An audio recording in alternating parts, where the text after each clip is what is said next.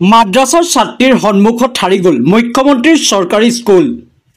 Matric পৰীক্ষাত মাদ্ৰাছাৰ ছাত্ৰীৰ সন্মুখত লজ্জিত বহু চৰকাৰী স্কুলৰ ছাত্ৰ ছাত্ৰী। বুৰ্খাক তুচ্ছ তাচ্ছিল্য কৰাসকলে আজি উত্তৰ দিব মেট্ৰিক পৰীক্ষাত বুৰ্খা পিন্ধা মাদ্ৰাছাৰ ছাত্ৰীৰ লগত নোৱাৰিলে স্কুলৰ ছাত্ৰ ছাত্ৰীয়ে। এজন মুছলমান হিচাপে মাদ্ৰাছাৰ এই সফলতাত আপুনি গৌৰৱ অনুভৱ কৰিব।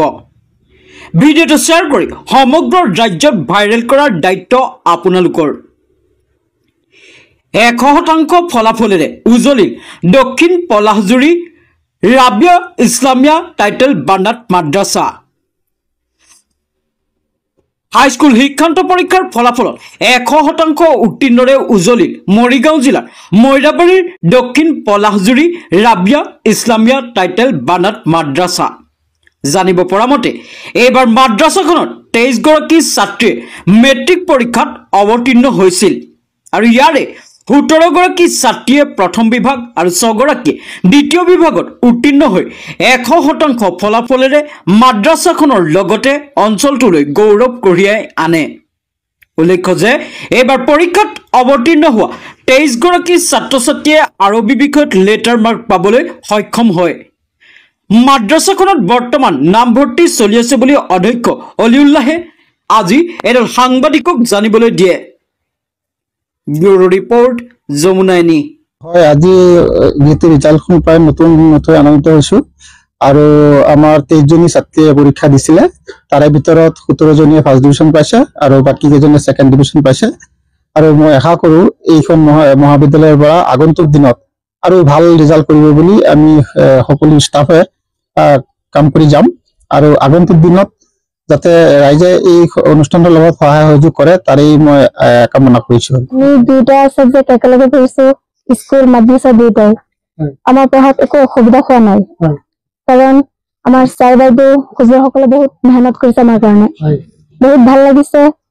আমাৰ 23 গৰাকী ছাত্ৰী আমি ফাইনেল দিছো, 17 গৰাকী ফাৰ্ষ্ট ডিভিজন আৰু সকলোৱে লেটাৰ আৰু ছেকেণ্ড ডিভিজন 6 জন। ছাত্ৰ ছাত্ৰীক আহ্বান জনাই এইটো আমি দুটা পঢ়িছো, একো অসুবিধা হোৱা নাই, সিহঁতে আহি পঢ়িব পাৰে, সফল হব। হয়, আজি যি ৰিজাল্ট আহিছে আমি নথৈ আনন্দিত। আজি ৰিজাল্টটো আমি চাই বহুত ভাল লাগিছে, আনন্দ লাগিছে। আমি আশা কৰিছিলো যে ৰিজাল্ট আৰু ভাল হ'ব, আগন্তুক দিনত যাতে আমাৰ ৰিজাল্ট আৰু ভাল হয় সেয়া আমি চেষ্টা কৰিম। अगर कोई बंदा एडमिशन देना चाहिए तो फौरन हमारे यहाँ आइए और कांटेक्ट करें कि हमारा एडमिशन फिलहाल जारी है, चालू है।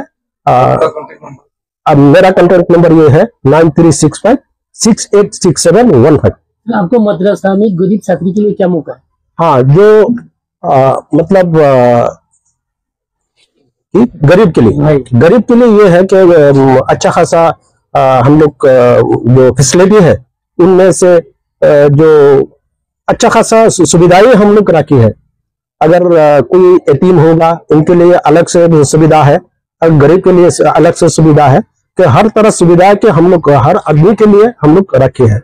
इंशाल्लाह आप लोग आइए, हमारे साथ कांटेक्ट करें तो हर तरह सुविधा के उपलब्ध अपने के लिए जारी है। हॉस्टल की सुविधा? हाँ, हॉस्टल की सुविधा ये है, यहाँ रहने और खाने पीने पढ़ने हर चीज 24 घंटे के जो रहने के हर चीज के सुविधा।